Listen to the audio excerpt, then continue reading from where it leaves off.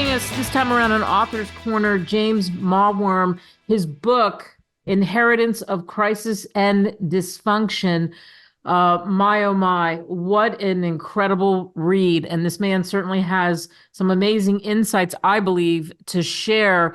He's handled all kinds of business in his lengthy career and has dealt with all kinds of people internationally and, of course, stateside as well. So, James, thanks for coming on. Thanks, Kate. Glad to be here. Let's talk about this book. Why this book, which, by the way, you can get on Amazon or Barnes and Noble, and it's been revised. That's right. The why this book goes back to 3 or 4 years ago when I started thinking about doing this.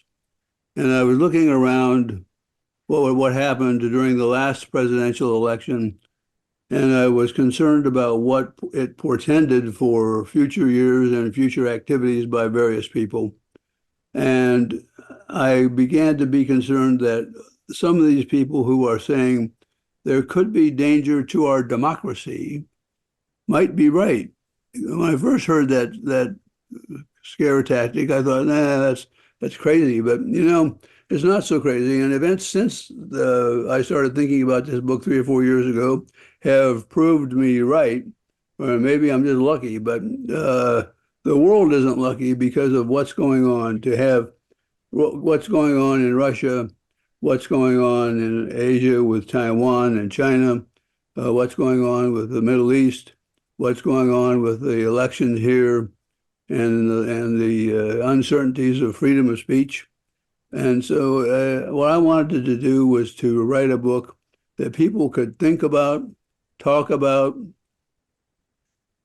be educated by to some extent, in order that they might more thoughtfully approach the election that we're about to face. This is not your grandmother's election. It's not even your father's election, but it is your kid's election. And if you want to be worried about something, worry about what is the meaning of what's going on today in this great country of ours. When you have this much political disruption, dysfunction, yes, crises, at a time when there is so much to be that we could be taking care of. So that's the background of the book. It's intended to have a message and a moral. And what I'm trying to do is encourage people of all statuses, and that's another important point. I want to reach out to people who are, middle class, farmers, big business people, technology people, because that's the environment that I grew up in. I know what America is like in the sense that my dad was a small businessman. My mother was a nurse. My wife grew up on a farm. We both came from small town America. And so you don't have to convince us that small town America is valuable, needs to be preserved, and needs to be taken care of. And we want those people to understand that they're as important to us as, Jamie and Morgan Stanley. So that's what we're thinking about and why we're trying to get some thought provocation going on here. Yeah, and you really cover it all. If you look at all the chapters for everybody listening, the way they're broken down, even from the very beginning, first client call, selling salt at the White House, farming, as you just mentioned, farming in the new normal, which is very, very different. What keeps local leaders awake at night? Canadian reality check. Tell us more about the book, like farming in the new normal, something that you understand. It's very different. Well, farming in the new normal is very different because it's gotten to the point where the small acreage farm is not economically viable in many cases. It used to be that, when I was growing up, and I can say that because I'm old enough, when I was growing up, 170-acre farm was okay. You could make it, especially if it was a dairy farm. But today, you're looking at a different size farm in terms of size and ability to survive. And then the bigger you are, of course, the more you worry about what's going on between China and the United States in terms of trade practices. And so when you think through all of the issues that they are facing, and the statistics bear this out, small farmers are being gobbled up at a relatively rapid pace. Is that a good thing for America? Maybe. I think we probably want to retain our ability to control our own destiny in terms of farming policy and not, quote, farm out, if you will, the setting of policy for our agricultural activities to people in Europe or in Asia. Yeah.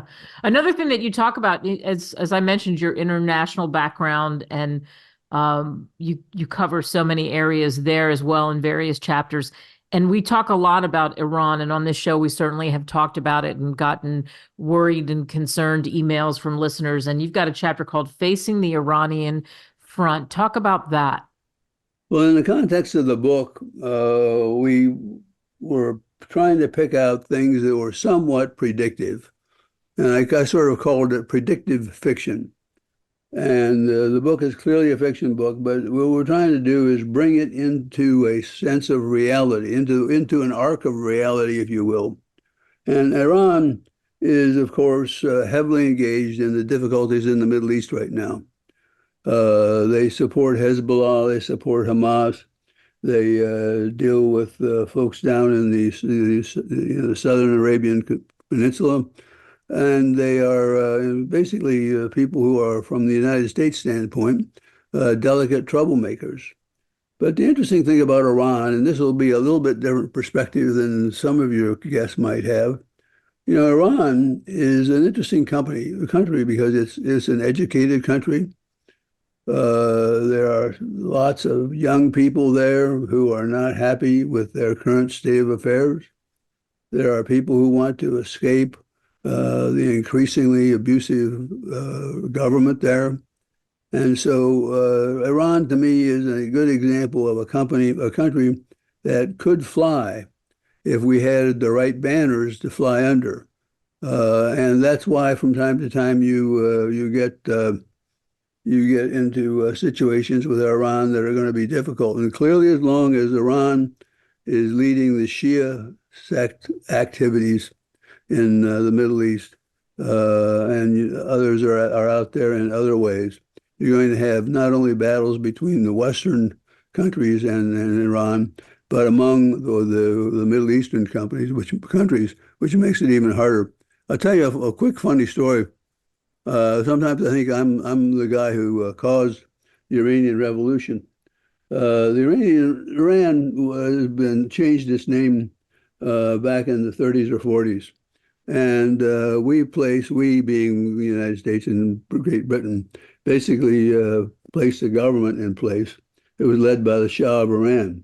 From my little town in Ohio, we used to have Doc Ellis and his wife, who were missionaries to Iran. And Doc Ellis was a doctor who really focused on animals, so he was really more of a vet. So Doc Ellis and his wife moved back. And this time we moved to a much bigger city. And since my mother knew Mrs. Ellis, I had to one year go over to her house and water her poinsettias. I think I did this for free, but that's good because I didn't get very good results. But I wonder if the Shah of Iran gave those poinsettias to Mrs. Ellis, and I killed them, and that's the beginning of all these problems. You have such a sense of humor. Okay, and one of the things about your background is that you are the chairman emeritus, because you're now retired, of one of the world's largest global law firms. People can read that on your bio. And what I found interesting is that one of the things that was pointed out is that you implemented an aggressive global vision for the law firm, and you expanded the footprint in not just the US, but Europe, Asia, Australia. And I thought this was interesting, building relationships with firms in Latin America. Why is that important? Because I don't think people, the average layperson who isn't steeped in the law understands that. Well, at a high level, I thought the firm we had a good setup in terms of presence around the world in terms of offices. One of the things we paid a lot of attention to was quality of the people we were trying to bring together, cultural fit, and then there had to be a financial fit. Those were the three characteristics that we were looking for. But of all of these, I think really the cultural fit is most important, because as we talked about earlier, what's going on right now in the world is that there is a crisis of confidence in international structures. When you have the people like Putin attacking the United States, reminds me of the days when I was a kid, when Khrushchev pounded his shoe on the rostrum at in the United Nations. I mean, how long can we put up with this? And how long can we put up with the dysfunction, if you will, to go back to the book's title, that invades all that we need to do? And in all of this, I think we want to think not about next month, not about next year, but the next 10 years, and in my case, my children and grandchildren. And I think we ought to be looking at things from the standpoint of their best interests, because their best interests will be ours and will also be our friends and foes around the world. Boy, perfect place to end this. This is a great book. You can get it for a song, Kindle, however you want to consume it, paperback, hardcover, Inheritance of Crisis and Dysfunction, James Maiwurm. Thank you so much. Thank you.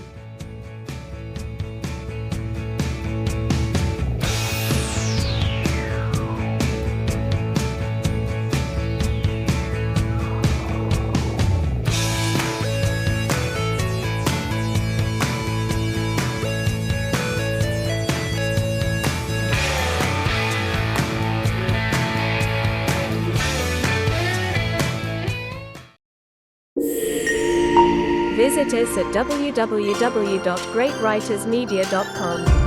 Email us at info@greatwritersmedia.com or call us at +1 877 556 0487.